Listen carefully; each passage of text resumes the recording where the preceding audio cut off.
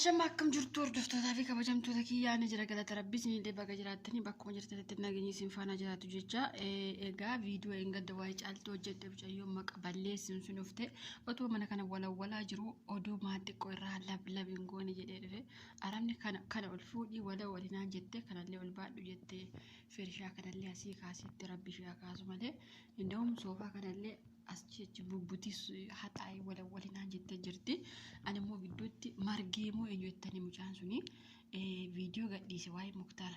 Anumatti kootu yoo ufte malee maaliif maatii kiyya xaammattaa maaliif hiriyoota kiyya fira kiyya xaammatta ka jedhudha. Qoy ani waan takka gaaffii isinirraa qaba hordoftoota kiyya.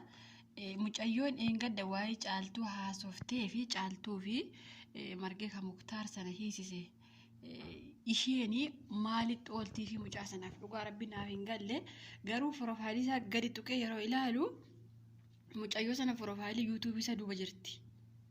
Mee isaa maatti walii ooluu kan isaanimaan shakkee mucayyoon sun maqa balleessiif yoo ta'e malee dhugumatti ani kanaaf dhugumatti dubbii isheen eeggadda jettu jechuun akkamittiin caaltuuni nama kanaayyuu miti malee caaltuun dhugaa rabbi isinitti mane quba kiyya kudhanii isinii mallatteessa. Mucayyoon suni wanti gargaartii naaf fakkaatte. Eenyu maqaan ishee ka Muktaar fuudhee sana gargaartii haa ta'u dhugaa rabbi akka isheen naan galle maqa balleessi naaf fakkaata. Gurbaan har'a garuu himachuu jira boo'ee nama gargaaruun namaaf dhaabbachuun rakkoo guddaa qabaa jedhe umarratti rakkoo guddaa qaba. Yes yaa obboleessa kiyya namaaf dhaabbachuun nama gargaaruun umarratti booddee akka qabuun beektu ati. Rakkoo guddaa akka qabuun beektu ati rakkoo guddaa qaba dhugaa rabbi. Rakkoo guddaa qaba. Maaliif beektaa? Har'a nama amma fakkeenyaaf namoonni gaafa namaaf waan gaarii yaadnu amma mucaan kun maal godhe? Amma inni Muktaar jireenya kiyya diigde akkuma jireenya kiyya diigde anillee jireenya kiyya diiganaan jechuu jira jedhe. Amma badiin mucaa kanaa maali? Badii ni qaba. Isin badii qaba jettanii yaaddu badiinsaa yoo jiraate caaltuu gargaaruu qofa. Caaltuu immoo dhugaa rabbii isinitti ani toon biyya jiraadhe ani mataa. Kanaaf dhugaa rabbii mucaan sun baay'ee sodaatee jira. Jireenya namaa keessa galuun balleessee natu badii qaba jechuu jira. Akka yaada kiyyaatti waan badii qabu natti hin fakkaatu garuu Muktaaritti badii ta'ee mul'achuu danda'a. Maaliif inni caaltuu fana walitti bu'iinsa waan qabu. Ani amma kan mucaa sanaallee na dhaarsine kan Muktaarillee na dhaarsine. Mucayyoo eeggaddaa sana bichaan na aarse dhugaa rabbii. Har'a garuu profaayilii tuqee gaafa gadi ilaalu. Inni garuu akka nama intaloo sana hin beeknetti haasaa haa ta'u hin beeku dhugaa rabbi. Intaloo sana maalitti akkasaa walii oolan baruu barbaada. Dhugaa rabbi intaloo sana miti ka eeggadda maqaa isa balleesse. Ka eeggadda maqaa isaa balleesse intala sana miti. Hindee isheen irraa maaf hin dubbatu inni qoe maaf maqaa nyaatta jedhee waa'ee ishee maaf hin dubbatu. Akkatti isheen eeggadda maqaa isa nyaatte hin agarre inni isaa fi caaltuu viidiyoo isaanii qaba hin jenne. Kanaafuu inni ishee dubbachuu ise Muktaarillee haasee ganni waa'ee Muktaar na doorsisee maal Muktaar doorsisuu danda'a.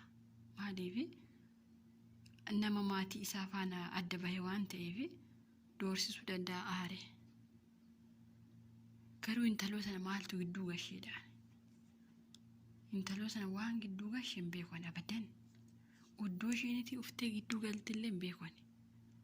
Dhugaa rabbi nama ajaa'ibduu akkaataatti isheen uftee dubbii qindeeffatte gidduu isaanii buute. Nama ajaa'ibdu. Kun jechuun isheen amma akka Muktaar mucaa kana ajjeesisu haala mijeessite dhugaa rabbi. Akka jarri kun wal ajjeeftu haala mijeessite. Innaa baay'ee ulfaata. Jechi ishee eeggaddaa fi jechi mucaa kanaarra margee jettanii dhugaa rabbiinsa baay'ee ulfaata. Inni kun har'a Muktaar na doorsisaa jira. Isheen immoo eeggadda maal jette? Viidiyoon isaanii jira. Maali kun egaa? Waan kijibaa dubbii qindeessitee fiddee intaloon suni akka jarri kun lama wal ajjeesan gochaa jirti dhugaa rabbii. Kun hojii caaltuullee miti bar. Hojii gurbaa sanaatillee jedhee yaaduun. Caaltuun kun nama kabajaa qabdu, nama ulfaattu, dubartii kabajaa qabdu. waan bilgidnaa kana dhiisiiti dhugaa rabbii jireenyuma ishee iyyuu nama bakka hin jiraayu bakka nama noormaalii jiraatu wayiiti nama jireenya ofii ariifatu miti dhugaa rabbii. Kanaaf waan hin taane dubbattee ilmi namaa akka wal ajjeesuuf haala mijeessi intaloon eeggaddaas dhugaa rabbii. Gurbaan sun illee akka doorsifamaa jiru kun har'a himate. Duraan himatee hin beeku guyyaa takka waa'ee Muktaar.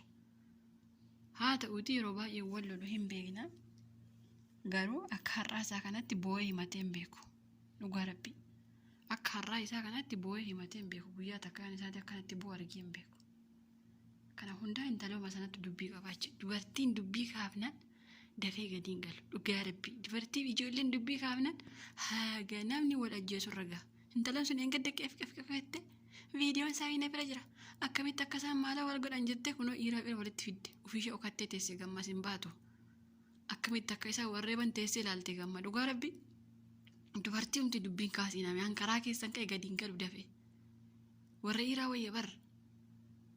Ka warra dhiiraa dafee qabbada. Han keessan takkaa kaanaan ka lola Israa'elii fi lola eenyuti Suuriyaa.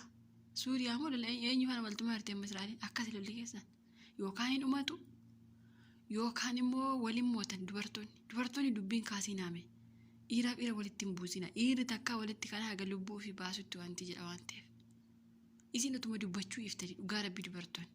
Intaloon kun eeggadda maxxoggootee viidiyoon bira jiratte kun har'a gurbaan as dabee bu'a. Muktaar amma gaafa kana arge cafaqeetu hin nyaataa yoo cafaqe. Niitii isaatii ikkoo. Dhugaa rabbiin ni kaarraa qaba. Akkanuma waan qalliitii miidiyaa irra baanee abaluu faana viidiyoo ishee arge jedhamuu hin danda'amu haala hin danda'amu. Niitii namaa niitii kabajaa qabdu niitii ilmoo walirraa qaban dhugaa rabbii. Miidiyaa kanarratti gaafa haasoftan afaan keessan eeggadha. Nama abbaa manaa qabu tokko abaluu walirratti argeen jeena dhugaa rabbii intala eeggaddaa akka malee na aarsite yoonan. Indee yoo irratti inni fuudhayyuu isheen ikkoo inni kaasaa qabdi bar ni kaa ofirraa buuste nama aarsituu amma kun har'a haboo kaa gurbaan as ba'e. Dhugaa rabbii har'a viidiyoo isaa ilaalee xumuruun dadhabee garaa na nyaatee dhugaa rabbii. Badii illee hin qabu gurbaan sun caaltuu gargaaruurraan kan hafe.